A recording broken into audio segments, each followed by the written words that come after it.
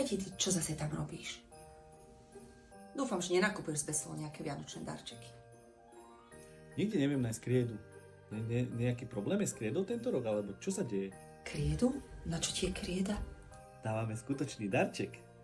Chceš človeka v ohrození a tento rok som vybral mega vec. Jasné, skutočný darček. Človek v ohrození. Vidíš, som aj zabudla, že už je ten čas. Prispieješ a oni kúpia školskú tabuľu. To je super nápad. To nie to vždy tak dobre vymyslia. No a ja ešte musím niekde pozáňať tú kriedu. No a my si samozrejme uvedomujeme, že doba nie je vôbec ľahká.